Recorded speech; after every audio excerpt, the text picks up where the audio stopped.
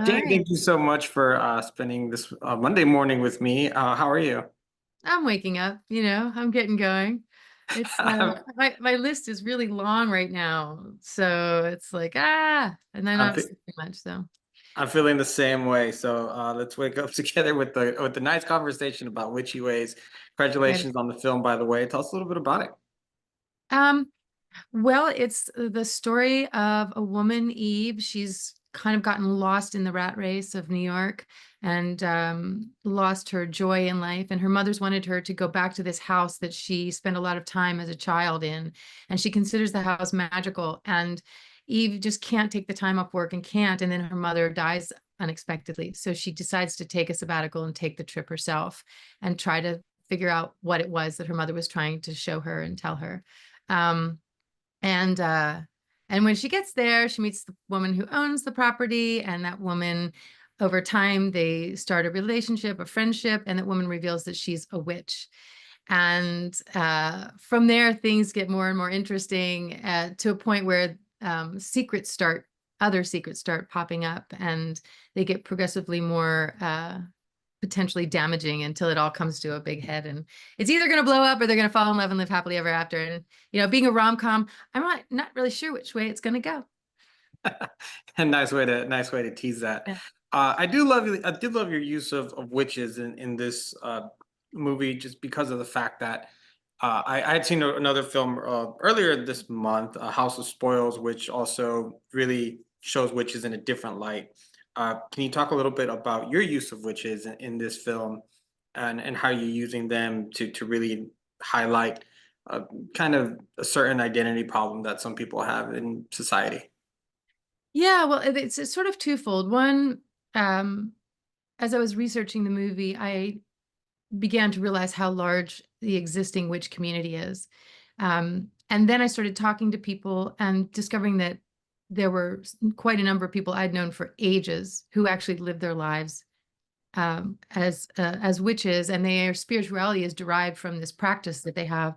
And they never told me before, but as soon as I told them I was working on this project and I was taking this community seriously, they opened up and shared it with me. And I realized that for so long, it's a little bit like the parallel to the LGBTQ community, in that, they still have to worry. Some places in the world, they're still not accepted, but they've made long strides in coming out of the closet. And I liken the witch community to them maybe 10, 15 years ago, or even 20 years ago. And I like to say they're in the broom closet because, they're scared to talk about it, but it is a true identity and it's a true spirituality. And I thought it was underrepresented because Hollywood usually makes the witch be scary, or everything is dark and awful, or they're on a vengeance tour, or something more ugly, basically, if not downright ugly witches. So I just thought, maybe there's an opportunity here to show something fresh and new, and sort of expose a wider group of people to this community that probably is all around them and they don't know it.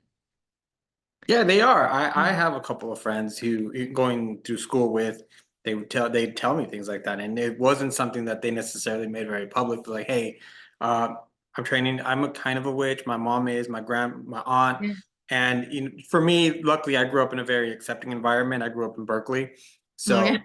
so a lot of the things that people wanted to be are just accepted for who they are. That's how it should be, actually. But Yeah. yeah, witches in our history have not been treated in a good light. Whether it is, like you said, the ugly classic Wizard of Oz witch, or whether it's just a Puritan way of accusing somebody to Hmm. oppress them, it's always something in a negative light. And I think that knowing some, I think it's kind of, it's just something, it's the unknown. And we're always afraid of the unknown, right? As a Yeah. human race. What did you learn from them in researching for the film? Well, I learned that actually they're not any different than any of us. They're looking for grounding in a spirituality that helps them to walk through life with positivity. The things that I really like, and a lot of some of the things that I've adopted into my own life, um, are this idea that you have to be self-empowered, you know, that you're not just, you can't just say a prayer and get something. You actually have to do the work in order for the spells or rituals that you do to have to manifest. You know, you have to be an active participant in it. And I thought I really respond to that because I work really hard to make what I do work, you know? And so I thought that was important. I also think, you know, so many witches I know are very connected to the earth, about the protection of the earth and animals. And a lot of them are vegans or vegetarians, and they have a very close tie to not just the earth, but our universe. And I think that's important in this day and age when, you know, some things feel like there might be slipping away. We have the caretaking of our environment and the world that feeds us and gives us oxygen, you know, is super, super important. And that's built into a lot of the spiritual practices of the people I've talked to. I've adopted moon rituals, which I find really helpful, you know, and I think anybody could do them. You don't have to believe the moon is manifesting something for you. And it goes back to that self-manifestation in the first place. Um, but you know, new moons, I have a group of people and we set intentions for either the next cycle or the next 6 months. And then full moons, we release something that doesn't work for us. And I mean, and how basic and beautiful is that? Like, you don't have to believe in something bigger around it, but just the practice of releasing a negative something in your life and having gratitude for what you do have. That's beautiful, you know? Yeah, it really is. I had for the first time a couple of years ago, as I was really rising in my career and what I do for my day job. I had a card reading just by chance, just because Yeah. it was part of an event. And like I've never been one to necessarily like fully believe in those things, but it was such a cool experience because it gave me a lot of validation for the things I was doing and kind of Yeah. hope for what was coming next, and Yeah. maybe a little bit more of an eye opening as far as maybe things I should watch out for, and kind of just a good moment of meditation. So I see what you're saying. Yeah, like yeah, it's a lot very positive, very beautiful things that we may not take for granted now with everything going on, and we see Yeah. that with Eve and what she's going through and being really stuck at work and not and finally she gets this time to kind of meditate and meet Danny. Mm. Tell me a little bit about both of them and the characters, the relationship that we get to see develop and kind of melding them together. Yeah. Well, you know, both of them are grieving over something. And both of them are stuck in a way of life that no longer serves them. So individually, they are on these paths toward releasing this past to bring themselves into the future, and it's coming together almost is just the complement to the journeys they're each on individually. But what I tried to do, what my conceit was, is that you feel like they're on different journeys, but they parallel together so that in the end, they both have card readings and the card readings are exactly the same. And then you have this understanding that when they get to the other side, then there's this openness, then they have the openness to accept love into their life and accept each other and ask for what they need. So Eve is, like I said, she's really stuck. She's also grieving her mother's loss. She doesn't know who her mother really was. She didn't take the time to figure out what was special about this house. She never asked that question. So this is a discovery of her mother as much as herself. Um, Danni knows everything about the environment she lives in, but nothing about the environment outside of her. And she's always lived a life a step back from people because she feels she needs to protect herself. So they have these individual aspects to them, but again, it's how they unify and then come together, how their journeys unify so they can come together. Yeah. Yeah, relationships are beautiful like that, where you never know which two people really are going to come together, but when they do come together, it's filling a need from each other to really form I call it the yin and yang, a Yeah. classic, make you a whole person. Yeah. Um, I say that because I think I'm still on my honeymoon stage because I got married in June. So Oh, congratulations. Yes, thank you are you. in the honeymoon phase. So I hope you are. no, yeah, absolutely, Yeah. yeah, definitely. But it's cool to see. It's cool to see that the way you describe it in they were different needs, but essentially they were going through the same thing. But when we see that with the readings. Speaking of which, in order for that to work, you need two people with pretty good chemistry. So you have Diora Baird and Marim Hassler. Tell me about working with them and their chemistry that you're able to see on screen. Yeah, well, Miriam and I go, she's an old friend. So I knew what I was getting with Miriam. She's got a lot of soul to her as a human being. She's very deep. Um, Dior, I didn't know at all. And she was actually a replacement.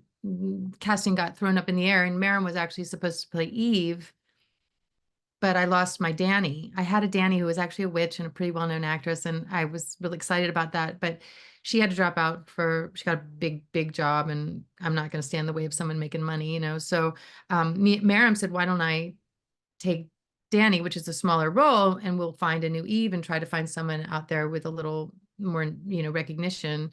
And um, and then we both realized that she was Danny all along, because I was actually writing the script for Miriam in a way because her mother's a psychic and a tarot reader and all of that stuff, and she grew up with it, and her mother tried to bring her into the way of life, and she revolted for a while and then came back around. So I was always calling her going, is this, does this read correctly? Is this how it works? So she ended up as Danny as she was supposed to. And then I really just did a search, lesbian actresses, blah, blah, blah. And Diora popped up and I'd never seen her before. And I didn't even go look at her work. I went and looked at her Instagram page. I started there and I was going to go watch her movies, but they all seemed kind of heavy. And this role requires some lightness, some like rom-com lightness.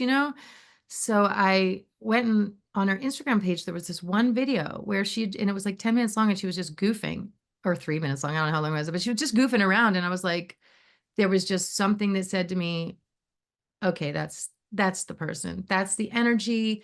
And she's got to be able to act because she's done like 50 films and a bunch of TV shows. So I can assume she knows how to act, but I needed that energy. And that I wouldn't have gotten from watching her reel. And then my process is always to do rehearsal so that there's you need rehearsal. Like I don't know how filmmakers make a good movie without rehearsing with their actors, but it also gives the actors a chance to get to know each other a little bit. Back in the way days when I was acting in, super indie movies, you'd get together with your other actors by yourself, just to build the bond.